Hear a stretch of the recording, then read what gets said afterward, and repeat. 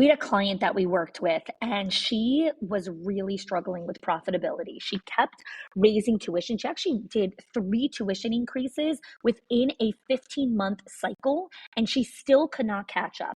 So I helped her work with our 6 money leaks in schools, and she only used 3 of the 6 money leaks and cut her expenses by 50%. 50. She did not fire anyone, she did not slash any of her programs, and she did not work more hours. Again, the 6 money leaks are not hacks or spreadsheets. These are patterns. They are small decisions that feel so normal that your school does, but they quietly drain your school's profit. So if you've ever wondered why you're working so hard, but still not seeing the return, this is your first step to clarity. Click the link in the show notes and find out what it's actually costing you.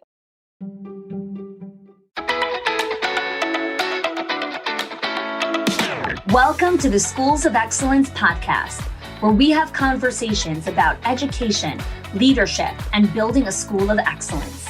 The goal on this show is to bring you clarity, up-level your mindset, and give you practical strategies and inspiration so you can show up with confidence and trust your decision-making. I'm Chani Wolshansky. I'm a mom of 4 under 10, a former New Yorker, and been in the early childhood field my entire life. And I'm so grateful that you've joined me for this conversation. Welcome back to another episode of the Schools of Excellence podcast. So this is episode 3, our final episode in our 3-part series of value-based leadership. So today's episode is all about utilizing experiences, routines, and rituals for values-based leadership. So if this is the first episode you're listening to, I just want to go back and reflect for a couple moments here. So part 1 of this series was introducing you to how to create a school led through values-based leadership. And the first way to do that is through the power of storytelling, which is one of the most powerful ways to inspire people to take action. Part 2 of this series was values-based leadership through role modeling, where I spoke about the 6 qualities of a role model. And today's episode is focusing on experiences, routines, and rituals. And so we're going to really be understanding why experiences are such a critical part in teaching values, and why routines and rituals are a critical component in ensuring that our teams are able to act and live and breathe the values, even when we're not there all the time. It's really interesting because at the time of recording this, I'm actually just about to enter the final holiday in a long month of holidays in the beginning of the Jewish New Year. And routines and rituals are such a huge part of all holidays. And I don't think it matters, which holidays you celebrate and don't, but every holiday really has a lot of routines and rituals. And one of the reasons for that is because routines and rituals are very different. Okay. The difference between a routine and a ritual is the attitude behind the action. Okay. So a routine is an action that's just done, right? Making your bed, taking a shower, whatever it is. Rituals are viewed with a lot more meaningful practice, which create a sense of purpose. Okay, I'll say it again. Rituals are viewed as a more meaningful practice, which have a greater sense of purpose. So today I want to unpack a little bit more of an understanding of why rituals are so critical to building your culture, your school culture, and also why rituals are a huge anchor in teaching values. So one of the biggest components of rituals is they help create and sustain an identity. So if you think about sports teams, they have very specific rituals that they engage in before they go play the game, or when they come back from a win or from losing, or things that they do before practice, right? So there's routines that they do before practice, before games. And then there's rituals that they do. The rituals are what create their identity. I'm part of this team. And so in your school, your teachers, your leadership team create a sense of identity. This is where I belong. I belong to this school. This is where I go to work. I am a teacher. I am a director. I am a curriculum specialist. That is a big part of their identity. And rituals, like whatever rituals you choose inside of your school, those create and sustain a part of their identity. Now, another component of rituals is rituals actually reduce anxiety and they boost confidence. In a world that's constantly changing, where the ground keeps shifting, rituals are a lifeline for stability with the team. Rituals really ground people. It reminds them that even though everything is hazy and ambiguous out there, here we feel grounded and calm. It's so simple. It's so powerful. So let me give you a little bit of some examples that happen at home that you might not realize are rituals. Let's say, for example, you have a ritual in your house where you give your child a kiss before they go to bed at night.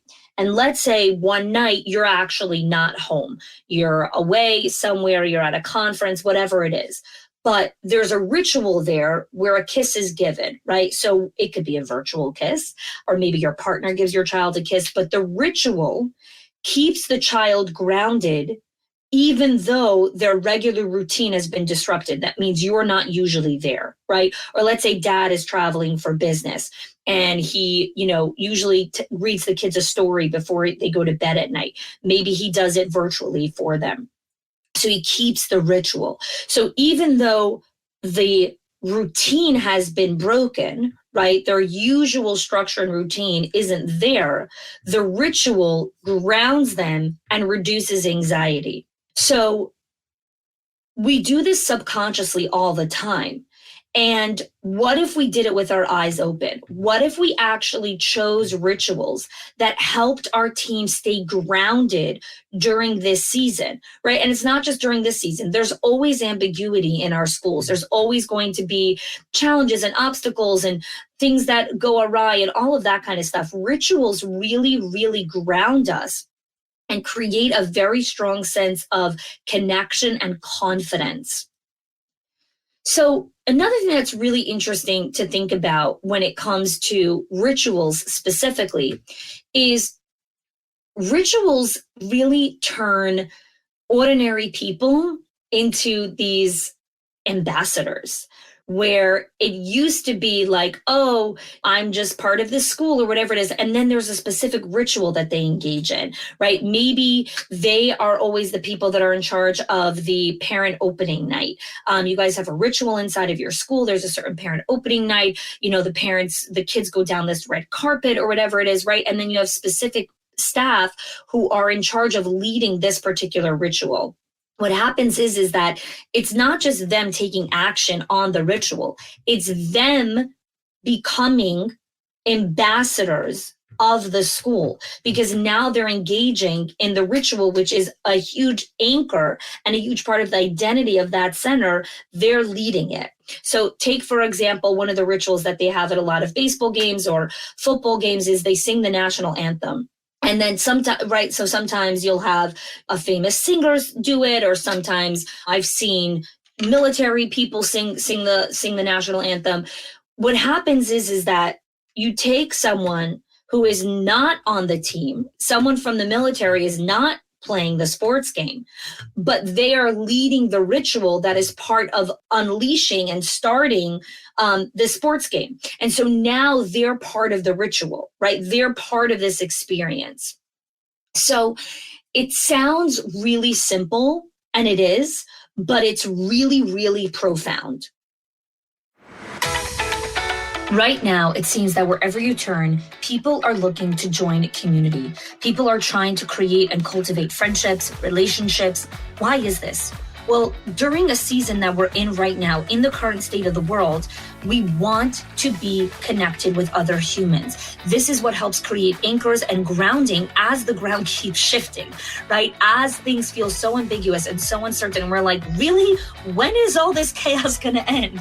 We want to go back into this time capsule, but we can only go forward into the future. We're leading out of crisis. We're leading into a whole new level and a whole new era that is happening in the world right now. And when we embrace it, we can actually learn to enjoy this process. However, leaders who are leading schools right now are dealing with a whole new heap of challenges, different from other business owners and other people that are navigating these hardships right now. And that is, we're trying to build legacy in our centers. We're trying to create impact with the parents, with the children. And we're also trying to run all these operations down to licensing and cleaning and payroll and parent communication and teacher communication and staffing and culture and promotions and relationships. And ooh, 1 second, you also have a family who you want to come home to and not bring the leftovers to them, right? You want to bring the best of yourself home. And so you're trying to navigate all these things, all these different worlds, all the boundaries have collapsed, all the roles fit into one. And it's like, whoa, am I ever going to get out of this? Here's the thing. In order to really understand the type of legacy that you want to create and what it is that you're doing, all of it is anchored in who you are, which are your values. Values-based leadership is what is going to help you ride this season all the way through and continue to ride the seasons for decades to come. Remember, if you're listening to this podcast, it's because you want to play the decades game. You're not here for quick transactions. You're not here for quick wins. You're here to play the long game, which is the decades game. When you're playing the decades game, you're building legacy. In order to build legacy, you need to understand values-based leadership. What is values-based leadership? It's designing and building a center where you and your team can make decisions, can retrain your instincts to choose and practice company values on a consistent basis, make choices through it, make hiring decisions, make financial decisions, make any kind of decision through the values-based leadership, and also the reaction and response and proactive measures that you take all are through values-based leadership. So if you want to find out more about this, I am teaching this at the Summit of Excellence, February 28th, March 1st and 2nd, 2023 in sunny Miami, Florida. However, this event is invite only. It is for members and their teams. Why is it invite only? Because building legacy and building impact is not for everyone. Not everyone is interested in building this. Not everyone wants to play the decades game. Some people are playing the transactional game. That's fine. There's no right or wrong. There's right for you. So if you're building legacy, if you're playing the decades game, if you want to build impact, you want to be at this event. If you want to be at this event, I encourage you to apply to our Directors Inner Circle, our Owners HQ program. The link is in the show notes. See if you're a good fit to join us. We'd love to see you and meet you in person in Florida at the Summit of Excellence.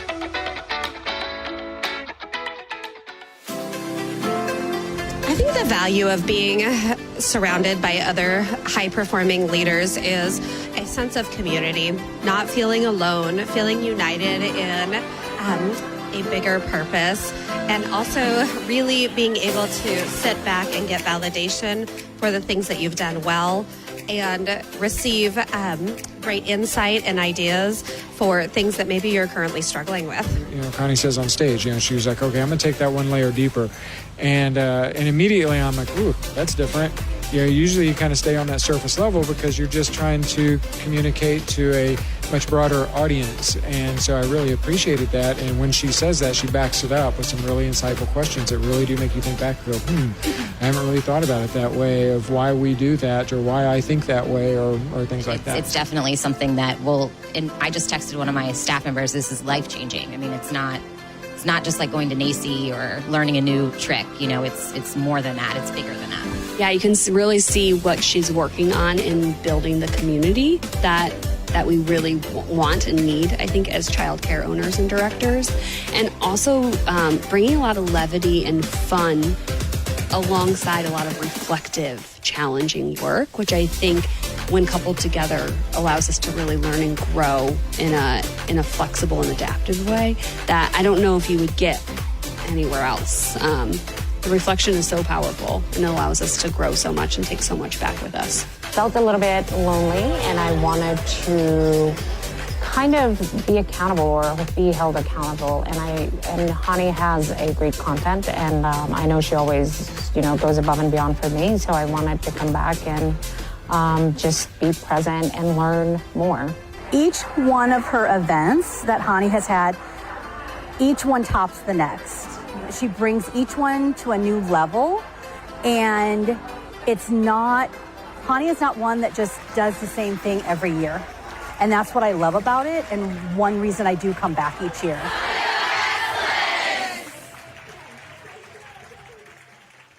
So I want to give you a couple of things to think about when it comes to rituals. One of them is think about the rituals that you already have inside of your center that you do almost as a routine. Maybe you give flowers to a new teacher when they get onboarded. Maybe when someone has a baby or gets engaged or gets married, there's, something specific that you do. Whatever it is, right? Maybe after the first 90 days, a person gets a small bonus, or you have a bereavement thing that you do. I want you to think about, are there some of the things that you're doing that you can turn them into more of a ritual that will create more meaning and purpose to that actual ritual. So it's less of a routine and it's much more of a ritual. The other thing to think about is the values inside of your center. So let's say you have a value of trust, respect, honesty, service, what children first, family, whatever it is. What rituals can you put in place that are anchored to those values?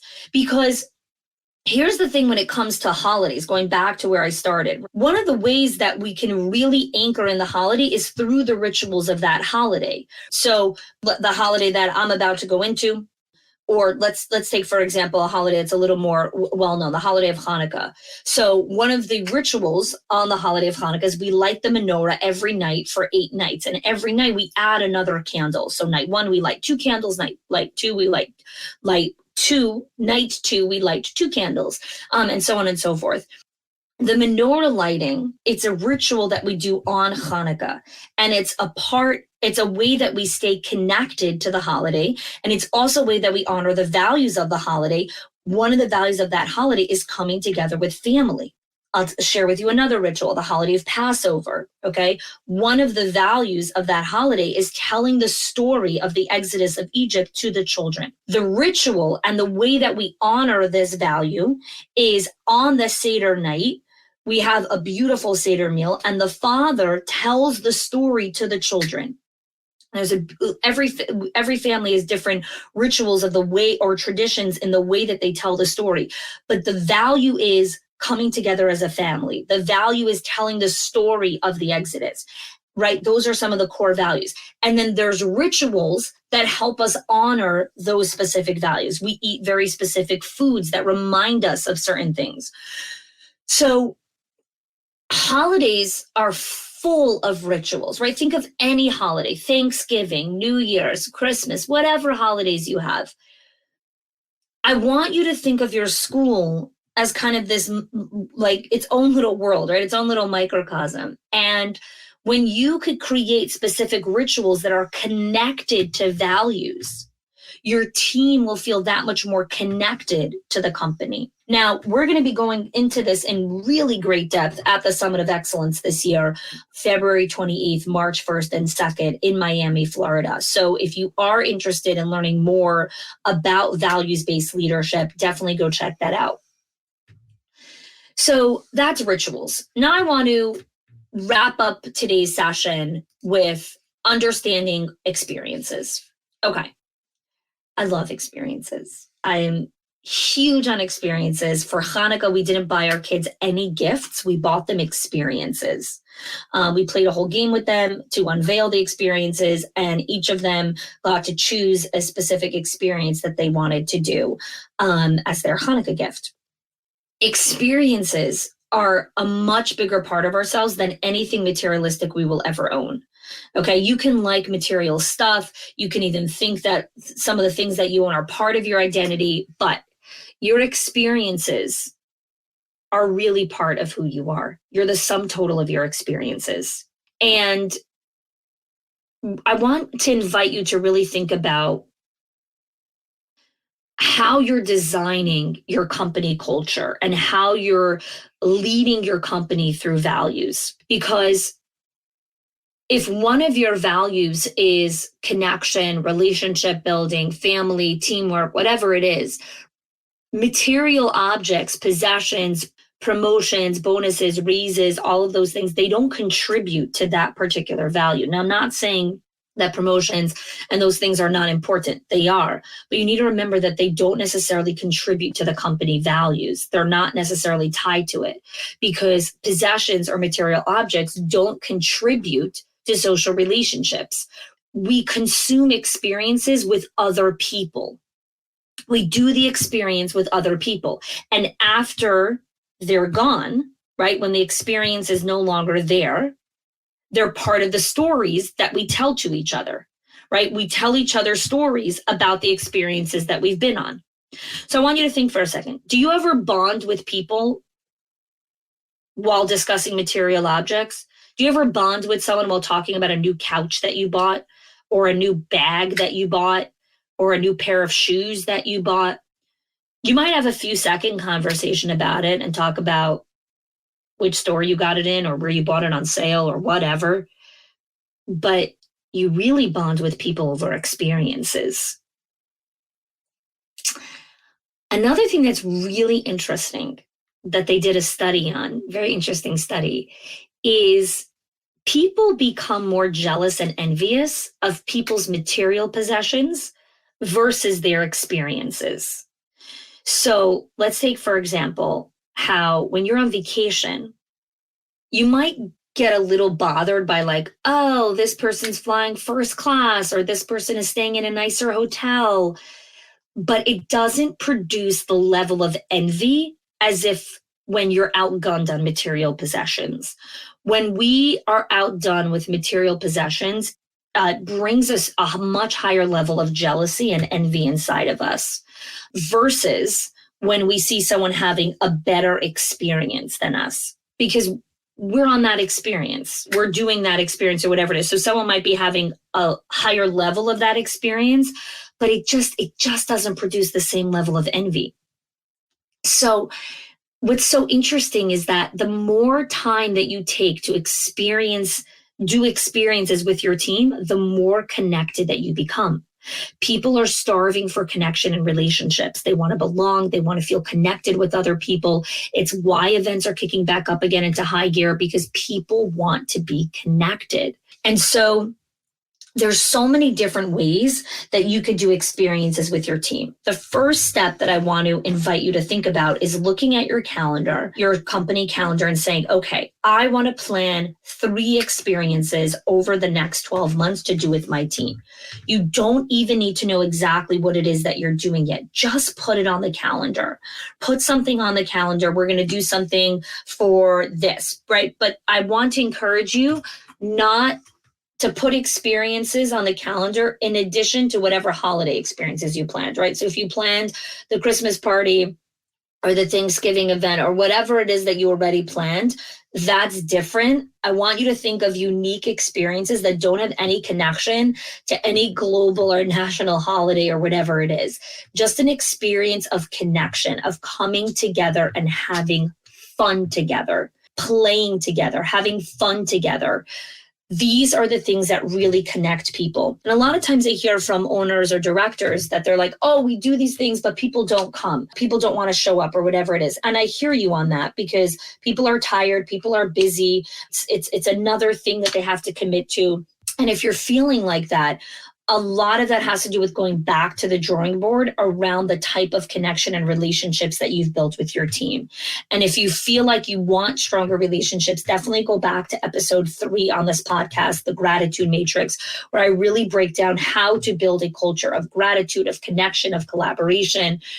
Because again, the reason it's episode 3 is because it's the foundation of building a school of excellence. It's the foundation and the core of being able to get to a place where your team wants to participate and do these experiences with you, with inside your company. So let's wrap up over here. We spoke today about routines and rituals, why they're such a huge part of leading your company through values. And I touched a little bit on experiences as well. The other thing I want to talk about with experiences connected to values specifically is, if let's say one of our values is family in our personal life. And one of the ways that we honor our family values is we do experiences together as a family. We go on vacation together. We play together. We do fun things together. We go on Sunday outings and excursions together. It's one of the ways that we honor our value of family. We have another value in our family, which is integrity, right? The thing that I want to invite you to think about is how can you create experiences for your children, for your team, I'm going into parenting, for your team that is connected with your company values. And this requires a lot of intentional thought. It is not something that you're going to think about as you're listening to this podcast. It requires thinking. It requires some pausing. It requires some reflection. And this is why we're going to be doing this at the summit this year, because this isn't given enough time and attention. We give a lot of time and attention to our marketing strategy, to our financial strategy, to our enrollment strategy, all really important. And once you've created those systems and once you understand how those processes work, it's time to up level. It's time to start thinking about other things and having a different conversation. And that's what this event is about. It's about having a different conversation, a conversation about creating routines and rituals that are connected to company values, a conversation around having experiences that are connected to your company values, a conversation around how do we write our stories? What is our legacy? How do I become a really great role model? Right now, we're asking more ambiguous questions that don't have a direct answer or a direct ROI. And that's where the messiness is. And it's an uncomfortable place to be, but it's also the place of the greatest growth. So I want to thank you for listening to our 3-part series over the last couple of weeks. I hope that you enjoyed it and took some really good insights and hopefully some takeaways as well that you can take some action on. I want to thank you again for being a huge part of our podcast family. Every single week when I sit down to record the podcast, I continue to be filled with a really great sense of gratitude that I know that the podcast has a huge reach. I know that people are enjoying it and listening and engaging. And I know that it's changing your lives. And I want to thank each of you who reach out, who send us messages, who send us emails of the episodes that you enjoy, who send us DMs, who write reviews, who share the podcast with your friends and family. Thank you. This is how we get the message out there. This is how we continue to broaden our reach. And I really, really appreciate all of you that continue to do that and send us your good vibes. So thank you. Wishing you all an amazing day. And we'll see you next week on the podcast. If you are loving the Schools of Excellence podcast and have gotten any value out of it for your school, I would love if you can do 2 things for me. 1, subscribe to the show so you never miss an episode. And 2, can you please leave us a review? Reviews help other school leaders know that this is the place to learn how to build a school of excellence. And I would be so grateful if you can do that for us.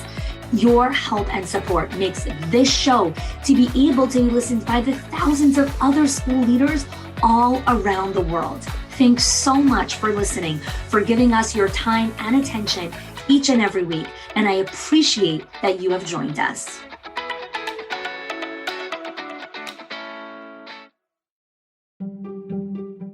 If your accountant has ever told you to cut back on professional development or slash your teacher appreciation budget or your staff development budget just so you could stay afloat, or has told you, hey, you probably can't go invest in that program, please listen. The problem is not that you're spending too much money on your people or yourself or your investment or your support system. It's that your school has invisible money leaks that are draining your profit, leaks that no spreadsheet will ever catch or accountant. So I created the 6 money leaks of schools that show you the 6 core areas that schools lose money every single month without realizing it. If you close even one of them, your profits will start to soar without sacrificing your team. Go get it now and stop blaming the things that are actually building your school.